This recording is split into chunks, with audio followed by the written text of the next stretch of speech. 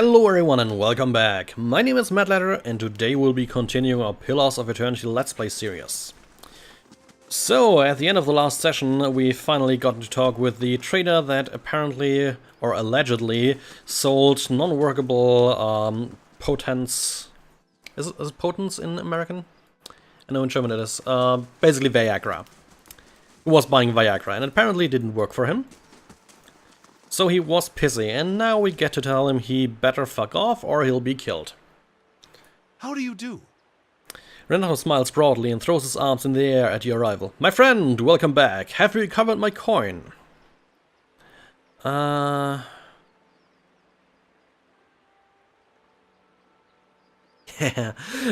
gave me this beetle in a cage for you. She said your problem would end in the same place if you continue your stay in Twin Elms.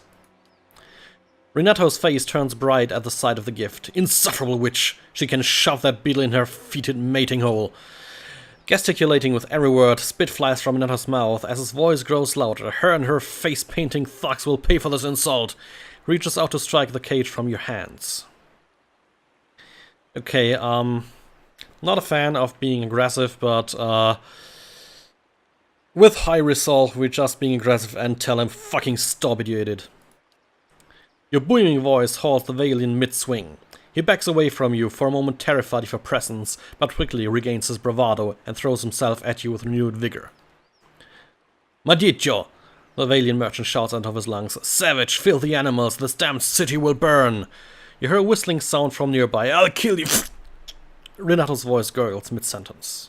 The tip of an arrow, gleaming red, protrudes from his throat. The merchant quivers in a quick spasm, flailing his arms. He drops to his knees, spurts of blood flowing down his chest. You look up and notice a Glenfathan archer approaching the scene.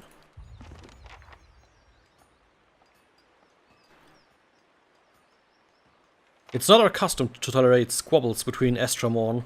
The huntress begins to turn around, but her face lingers in your direction. The faint semblance of a smile crosses her lips. I'm sure you understand. Before you can reply, she walks away, moving with confident strides. Renato's arms twitch a final spasm as the merchant expires in a bloody, crumpled heap. Well, let's loot him. Nothing we could do there. We tried to reason with him, but he didn't like it. Okay, so where do we want to go? Old Song or Elm's Reach? Let's go Elm's Reach. Something's happening here. The guard places a spear between you and the path that leads beyond the gates. Still, Estramor. The rest of the city is forbidden except by order of one of the Amon Father. Trespassing in Twin Elms is punishable by death. Yeah, I come to see the cornerstone of the blessings of the guided compass. The guard scowls and looks at his companion, who nods back. He turns to you again, his knuckles whitening around the shaft of his spear. Always too cozy with the Estramorn. Go then, and mind your step around the sacred stones. Will do. I mean, I'm not here to, basically fuck things up. I'm here to make things right again. If we can, that is. So, let's see what this district is all about. There we are. Ooh, that looks nice. So we have a Hall of Warriors, some more Glenfathan homes, the Golden Grove, Blood Sands, the Twin Elms, and Terevron.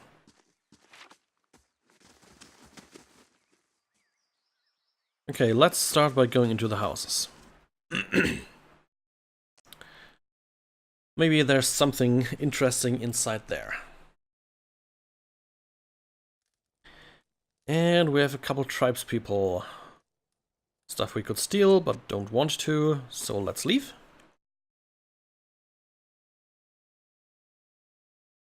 Always the loading.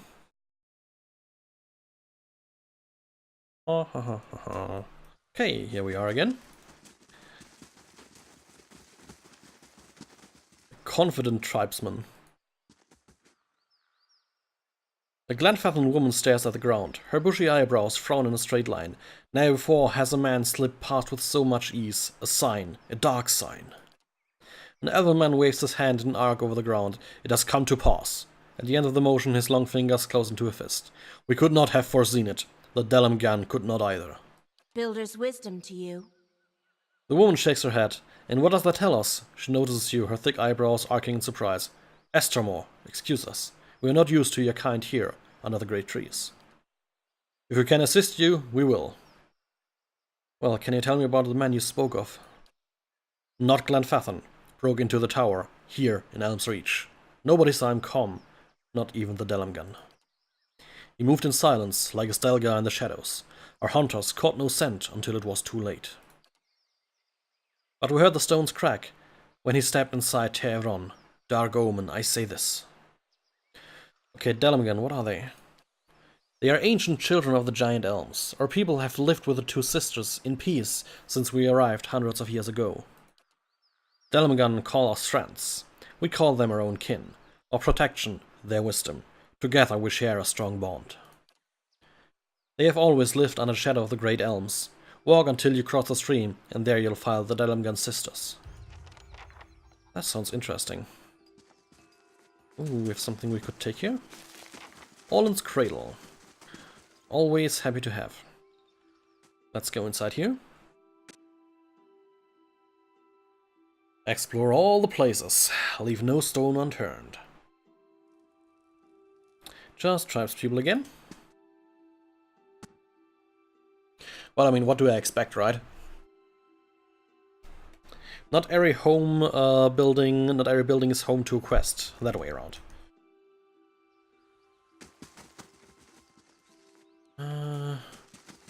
You know, just complete the circle. Go in all three of them. Maybe one of them really has something. Aha! This is not stealing. Meat and Luxon and camping supplies. Oh, night. Right. I forgot to fill up my camping supplies, so that one topped us off at 4 again. As it should be. Ah man, this city really looks kind of cool.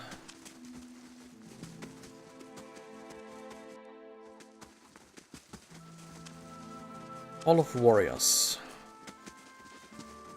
What awaits us inside there then? Ah, Arthron. Got important things to do at the moment. Noted.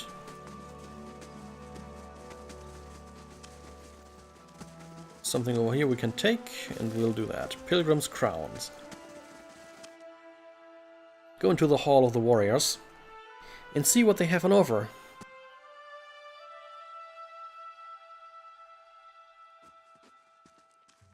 Okay, a whole lot of Three-Tusk guys. Ooh, Simurg. I remember that name. I think it was the leader who allowed us to wander here told us of the name, and that we should be happy that he is not in attendance because he would not be merciful to us. Estromor?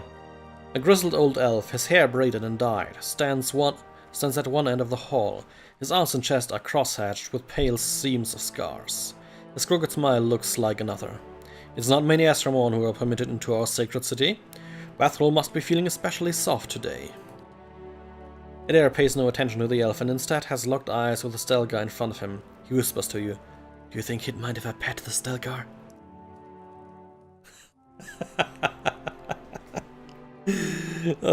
Adair likes his dangerous but cute animals. Sagani lowers her head. Remember how well that worked out last time? Yes, please remember. Come to hear your future at Teheran. His smile widens, exposing a row of yellowed crooked teeth. Or to make your own edible blood sands. What are the blood sands? An ancient place of sacrifice. He lays his fingers together. In a cave by the great elms themselves. Drethston and his druids have been an integral part of Glenfathan's society for generations, no matter what some of the other tribes might say. Glenfath has held its own against the Estromorn because some of us will understand the power of sacrifice. And since we're benevolent, he gives you an appraising eye. Does that thought make you uncomfortable? It should. It's what keeps our society alive for so long. Simmer crosses his arms over his scar chest. Something else. Yeah, you don't seem fond of us. I mean, I can understand it, but let's ask. His hunched shoulders straighten. I fought in the broken stone wall and the war of black trees. I saw my brethren cut down, defending the places of the builders, and their shed blood alongside Galvin Rek himself. Whoever that is. He coughs. Now the Astromon seem to think that they will find a cure for the empty children among our sacred sites. Or worse, that they will find sanctuary in our lands. His gaze darkens, and I've seen what happens when they set their sights on Glenfathen's soil. From what we've seen, those sacred sites might actually have a cure. They protect those sites because someone told them to. You wish just once they'd have the courage to question it. Yeah, have pity, they're only trying to save their children, man. And when the Astromon invade us in force and bring their plague here, what of our children? In my 250 years, I've led many people through 2 wars. Our borders have remained intact, and largely through the reputation of the Three-Tusk Stelgar. His voice drops to a growl. I sired a dozen children, but none have been deemed fit to take my place. I care nothing for the legacies that obsess the Astromon lords, but it is important that my successor continues this path. If your own children don't succeed you, what happens? Ordinarily, the row would turn to others in my tribe, to clan heads and their families. Ordinarily. He levels his gaze. But we share a tradition of fostering the children of other tribes, and the Amenafath of Fisher Crane has trusted his youngest to my care. He grimaces. And none of my own blood are fit to take my place. The row will look to this bog child, the kin of another Amenafath, and my foster daughter, to take my place. Bog child? His shoulders stiffen. I have nothing but respect for Fisher Crane, but their ways are not ours. The Orlons of Fisher Crane have lived in the Thane Bog for 1,000 years. They are cunning and furtive by nature, which serves them well when they have swamplands to hide their movements. He crosses arms. But this will not deter an Astromon on open ground. My experience, soon as someone in power decides he wants something that doesn't belong to him, there's no deterring at all. He points at the warriors gathered near the fire. Our savagery has deterred the Astromon for further encroachments. They still tell of our deeds in the Broken Stone War, but if the child of Fisher Crane leads our tribe, we will lose that boldness, and the Astromon will lose their fear of us. The child will be influenced by the souls of her ancestors. In times of crisis, she will look to her kin in Thane Bog for guidance. No matter what I might try to teach her, it will not be enough. Since we're passionate, he considers you. There is a way you could help if you could steel your soft heart to do something difficult, but necessary. Okay, go on. This Orlan girl has the soul of a leader. If it were passed to one of my own offspring, our tribe would remain strong. The Stelgard Simoxide scratches its massive head on the Amenafath's leg. He remains steady on his feet. The druids of the Blood Sands have a way to do this, and they understand the importance of a strong line of succession for the Three-Tusk Stelgar. Adair rubs the bridge of his nose. He rattles his head as to clear cobwebs. So all we have to do is steal a baby's soul. What's the catch? He gives you a key. There's a house in the southeastern Heartsong next to the river. The child will be asleep, and I've arranged for her to be unattended for a time. His voice becomes a quiet rumble. Take her and bring her to the Kiba Rada in the Blood Sands. She knows what must be done. When she presents you with the liquid essence, bring it back to me.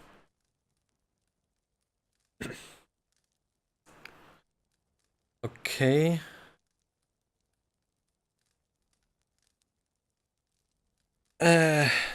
Yeah, I'm not about to steal a baby's soul.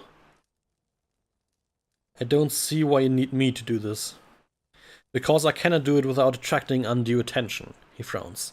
I don't relish in passing my own burdens onto another, but this will incite war between our tribes if I am caught. The Orlan child? Go on. Yeah, I won't do this. I do not relish the deed, but 2 centuries of leadership have taught me that all things bear a cost. Consider it well, Astromor. I am not above rewarding those who are of service. Dude, seriously, fuck off. seriously, I'm not going to steal a baby's soul. Who's that? Liras. A young man approaches you with a swift and purposeful stride. While you've never met him before, he has the same stern, wild look as Simok. He doesn't speak until he's right next to you. When he does, his voice is quiet. Wait, I saw you speaking with my father. Okay, what's this about? He glances back at the room with Simok. He's asked you to sacrifice Vela, hasn't he? He grits his teeth. Maybe he's right about Three-Tusk Stelga growing weak, but if this is price of strength, it isn't worth it. The tribes have survived this long because we've stuck together. I like that guy. A voice of reason. It's a wonder Simok didn't feed him to his Stelgars. Yeah, I would never hurt the child. You do not seem like one who would, but my father will find someone who will. He doesn't give up on an idea easily. But there may be a way to stop him. There's an herbalist among the Ovates of the Golden Grove. Bleda, that's her name. They all gather southeast of here by the river. She could brew a poison. Simok wouldn't know the difference until it's too late. There's the family resemblance. Okay.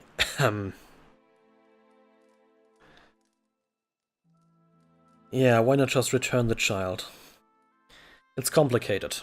A child sent to be fostered by another tribe isn't allowed to return.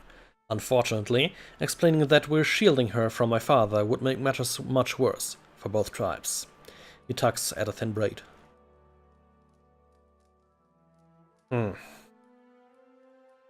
Let me guess, if Simic dies, you're next in line. It's not like that. The Ryo would have already determined that my soul isn't strong enough. Whoever follows my father, it won't be me. So you want me to murder your father? No, but it's better than allowing him to murder this child. Yeah, I've got to think about this. I hope you don't have to think too hard about it. With another glance at Simok's chamber, he backs towards the door. I'm warning you now, Estramor. Don't go anywhere near Vela. I'm my father's son in one regard, anyway. Ooh boy.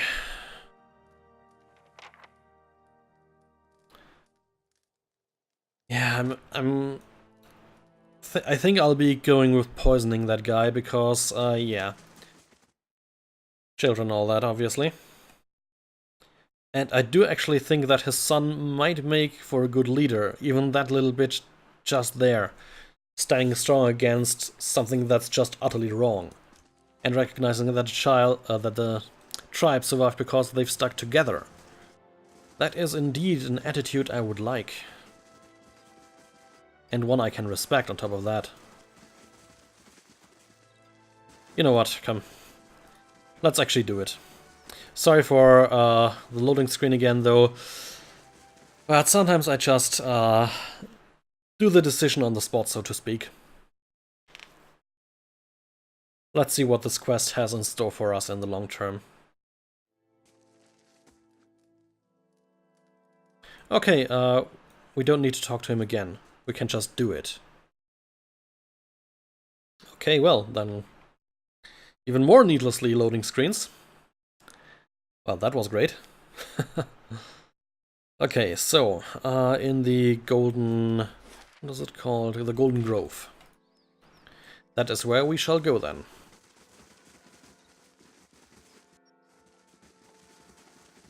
And get a poison to kill one of the chiefs. Man, this really doesn't sound good. Bleeder. Hail, Estramor.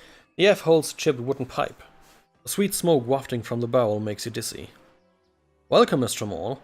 I've got herbs and potions for sale. Looking for something to ease your travels, or something to make them more interesting.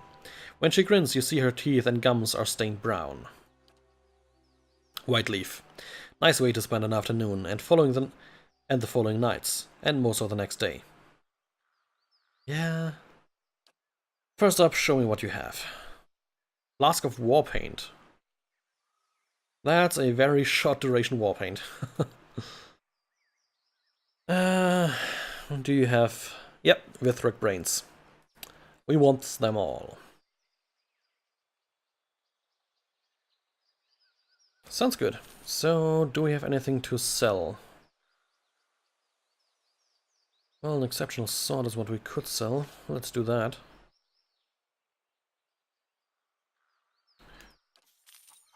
Okay, and now I hear that you can make a certain poison. She takes a deep draw in her pipe. Poisons! I only deal in tonics that heal and enlighten. She exhales a puff of smoke. Of course, many beneficial substances can be harmful when taken in great quantities, but that's just Veretha's way of keeping all things in balance. Really? What kind of substances? She leans against the winding tree trunk and ticks the items off on her fingers. Oh, there's plenty. Concentrated Carogolan, undistilled spider venom, rotten blood moss extract, cave coral mixed with skein bone. Okay.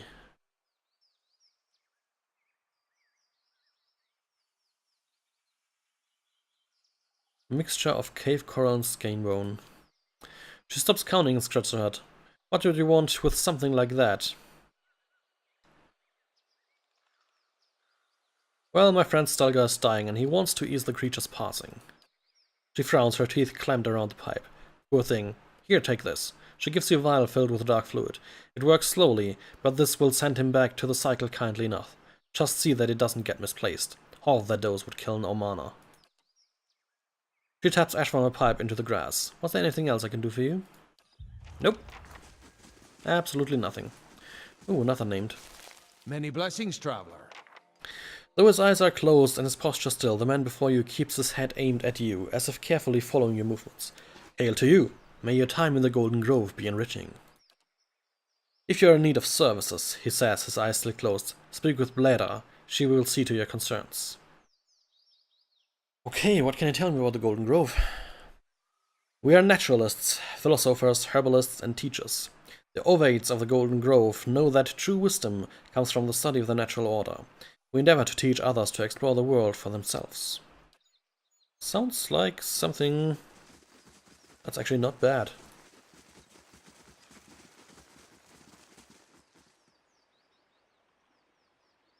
Here we have golden leaves flash and shine as they fall from the trees. There is another named character, Isolde. Let's talk to her. An elf with placid green eyes nods in greeting. Welcome to the Golden Grove, traveler. Estramore? Do you seek the wisdom of our herbalists, or simply to bask in Veretha's glory? Who leads your order? The High Ovate Erona leads us. She sometimes journeys to Elmshore to renew her strength, however. She is there now with some of her closest followers, in fact. Erona is a mighty elm among us. She's lived for generations. There are none who understand the world as well as she, and we are fortunate to have her wisdom to answer our questions. Okay, tell me more about her. Her eyes brighten. Why, you must meet her for yourself. She is wise and kind, and she has led our order from the beginning. Yet she walks among us and gives freely of herself. She turns her gaze to the great twisting elms. That is what so many of us cherish about her. She is present among us in a way that the gods never are. Okay, tell me about the Golden Grove. We are the Ovates, druids, philosophers, and students of nature, who gather here to share our knowledge and celebration. She gestures to another elven woman standing near the entrance to the groan. Many travelers come to us for poultices and remedies. Bleda understands the cures and poisons of nature like no other. What do you believe in? We believe that knowledge is found in the earnest exploration of the natural world. She tilts her head. We do not, as some have said, oppose the gods. We simply believe that we have found a brighter, more peaceful path than devotion. Well, that sounds interesting. Most certainly. Where can I get from here,